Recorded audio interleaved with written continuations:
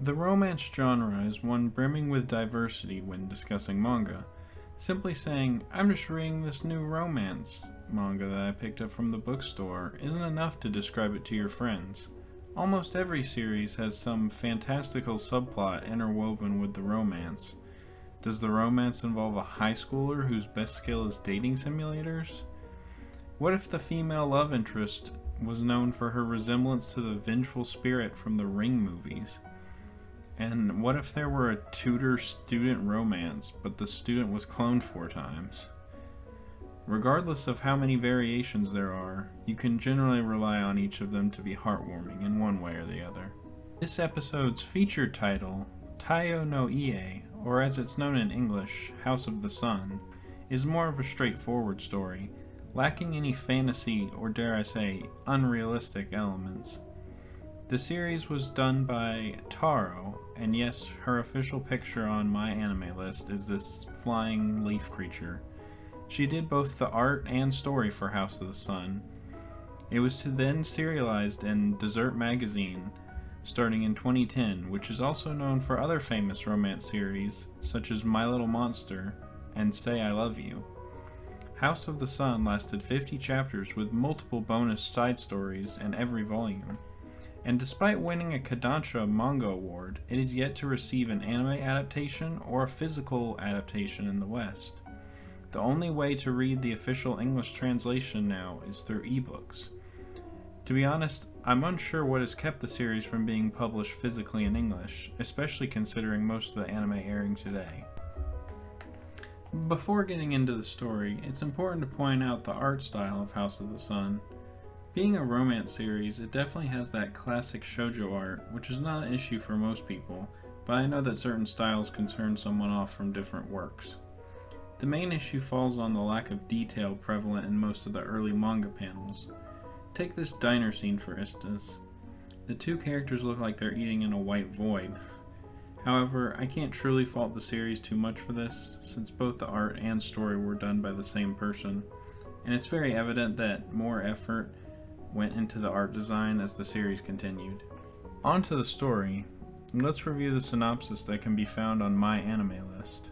After her mother abandoned her and her father remarried, high schooler Mao Motomiya is left feeling like she doesn't have a place where she belongs. One night, her childhood friend Hiro Nakamura finds her in a shrine eating cheap convenience store food and offers to take her to a restaurant. Their subsequent heart-to-heart leads to Hiro suggesting that Mao move in with him. To Hiro, who has lived apart from his younger siblings all these years after their parents passed away, bringing his family back together in the once lively Nakamura home begins with the first step of giving Mao a loving place to belong. When Mao reluctantly accepts his invitation, she is surprised at how easy it is to settle in with her longtime friend. Now she must deal not only with mending her relationship with her father and helping the oldest Nakamura brother attain his goal, but also with her growing feelings for Hiro. So despite leaving out some minor details and having some, I would say, minor errors in the synopsis, this summary relays the info in the first chapter fairly well. The details that it leaves out can either make or break the story for some readers. The most prevalent of these is the age gap between the 2 characters. This whole section will probably be a little controversial. So many of you may remember a series with an extremely long title that aired back in spring of 2021. No one wanted to call it by its obnoxiously long English title, I Shaved, Then I Brought a High School Girl Home, so it was mainly referred to as Higehiro. Regardless of someone's overall thoughts on the series, one of the main talking points was about the age gap between the 2 main characters. The same can basically be said for House of the Sun. It's a 17-year-old moving in with a 20-something salaryman. However, this is also where the 2 series vastly differ. Instead of picking up some random girl on the street, it is established that Mao and Hiro have been friends for around a decade. This may be an exaggeration, but it makes the whole situation seem more like an adoption instead of an abduction. The other problem, or possible problem, is the familial side of things. Since her parents were never home, Mao spent most afternoons at the Nakamura residence. doing most activities such as playing video games and eating dinner with Hiro's family. At the time the story begins, it is almost as if she has two families.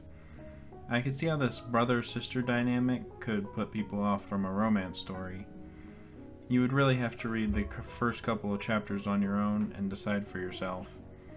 Basically, picking up where the summary left off, it's obvious that this series will have a heavy focus on familial drama, as Mao is met with a disturbing message from her father.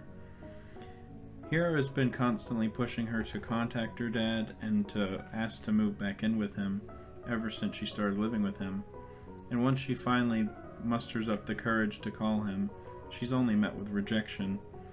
Instead of being happy that his daughter wants to return home, he just starts giving Hiro money monthly for her to stay. At this point, I could see many dismissing the father permanently, but I do like how it is still possible to have empathy for the father at this time. After all, he probably views her as acting like a ungrateful brat for all of his overworking to provide for her, and just thinks that this living situation would make Mao happier in the long run.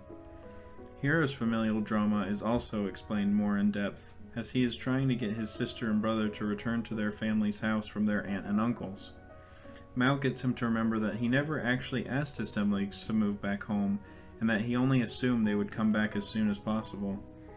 Despite feeling nervous about messaging them, when he finally asks them through a text, he gets no response from his sister, and his brother outright refuses while Mao is living there. On top of all that, Mao also confesses to Hiro after a discussion with her friends, complicating the living situation even more.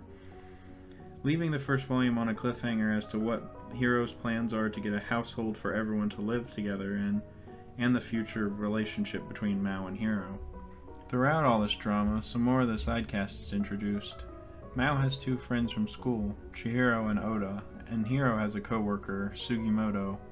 Of course, it wouldn't be a romance book without some sort of love triangle, square, or maybe even a hexagon.